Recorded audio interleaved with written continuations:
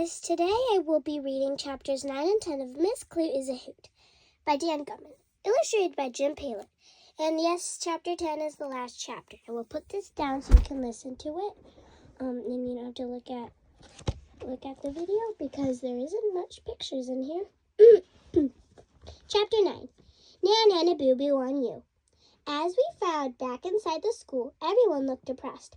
I can't believe this happened on my birthday, said Emily. Why do bad things always happen to me? Soon it would be 3 o'clock when we go home for the day. Mr. Klute announced that classes were canceled for the rest of the afternoon. He told us to go to the all-purpose room so we could talk about our feelings and stuff. At first, nobody said anything, but then kids started to say what was on their mind. Before Miss Klute came to our school, I didn't like to read, said the other new kid. Now reading's my favorite thing to do in the world.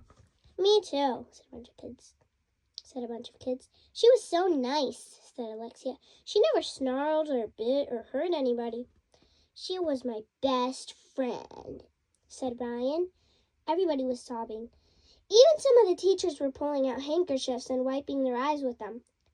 Miss Klute was the best therapy dog I ever met, said Mr. Mackey. I'm sorry, I told everybody. This was all my fault.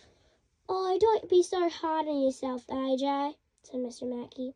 It could have happened to anybody. After that, nobody said anything for 1,100,000 seconds. There was just the sound of sobbing and sniffling. I miss Miss Klute. I miss Miss Klute, said Alexia. Andrea said, I miss Miss Klute. I miss Miss Klute, said Michael. It went on like that for a while.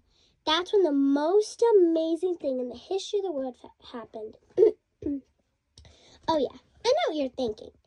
You're thinking that Miss Klute came running into the all-purpose room, all happy and everything. You're thinking that we all started cheering and hugging her. You're thinking that everybody lived happily ever after. Well, that's not what happened. So Nan Boo Boo on you. This is what really happened. Somebody down the hallway let out a scream. Eek! It was a lady's scream. That came from the teacher's lounge, Ryan yelled. We all ran out of the all-purpose room and down the hallway to the teacher's lounge. The school secretary, Miss Patty, was standing in front of the door. Miss Klute is dead, she shouted. Chapter 10, the truth about the teacher's lounge. Okay, Miss Klute wasn't really dead, so stop freaking out. And don't bother writing angry letters and emails to the publisher of this book. She wasn't dead, but she was pretty sick.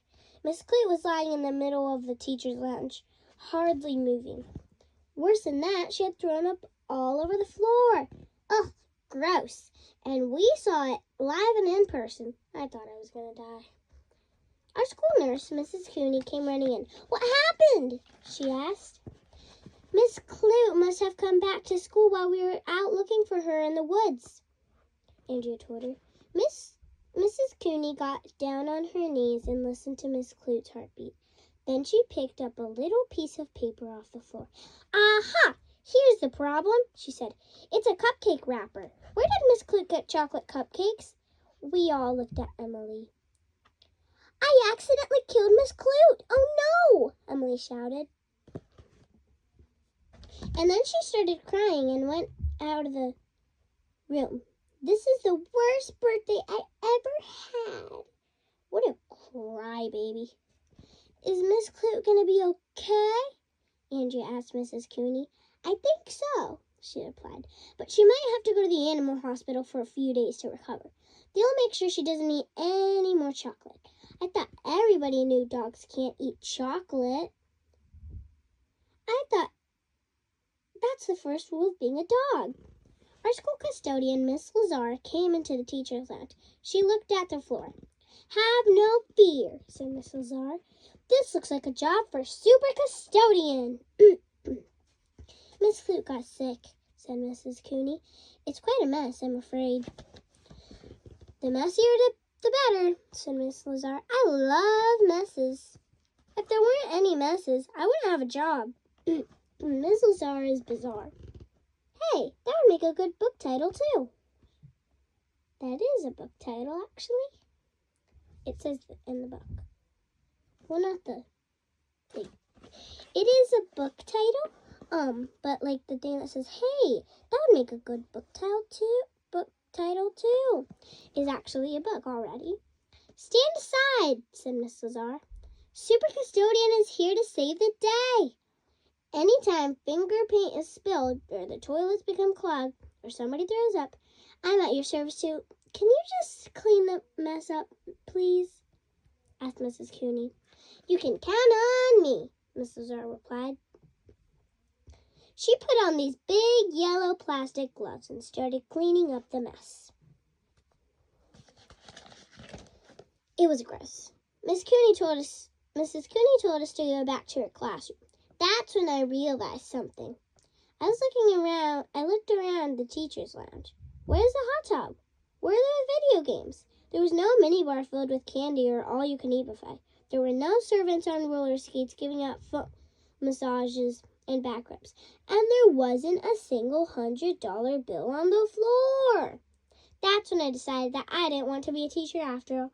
I had thought the teacher's lounge was this really cool place where the teachers can hang out all day and do cool stuff.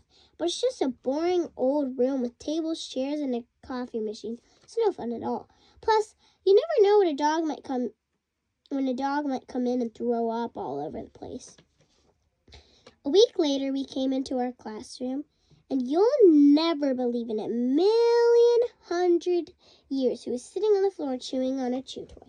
It was Miss Klute. Well, it would have been pretty weird if anybody else was sitting on the floor chewing on a chew toy. Mr. Mackey told us that Miss Klute was all better. The whole class ran over to hug and pet her. We missed you, said Andrew. Why did you run away? Did you have fun chasing that squirrel in the woods? Asked Alexia. Did you have fun eating Emily's cupcakes and throwing up all over the teacher's lounge? I asked. Miss Klute didn't answer any of our questions because she's a dog. Duh. But she did let us hug her and pet her for a long time. And then Mr. Mackey let us read her a story about a dog that ran away. Maybe after this they'll get a hot tub and some other cool stuff for the teacher's lounge. Maybe I'll go to an all-you-can-eat buffet for dinner tonight. Maybe my mom will stop using hypoallergenic shampoo. Maybe Miss Klute will lose 10 pounds and get a bikini. Maybe Mr. Mackey will put his cereal in a bowl instead of carrying it around in his pockets. Maybe the teachers will stop using money for toilet paper. Maybe aliens will use their laser cannons to save the fuzzy little bunny from falling into the Grand Canyon. Maybe Miss Klute will stop stealing hot dogs from kids' lunch trays. Maybe somebody will cross a cocker spaniel, a poodle, and a rooster to make a cocker-poodle-doo. Maybe we can talk Mr. Mackey into letting us take Miss Klute outside for recess again, but it won't be easy. And that's the end of this book. The back says, elementary school just got a therapy dog. Miss Klute is a Labradoodle who's supposed to be a good listener. But what happens when Miss Klute would rather chase squirrels and frisbees? And what happens when Miss Klute thinks the teacher's lounge is her personal bathroom?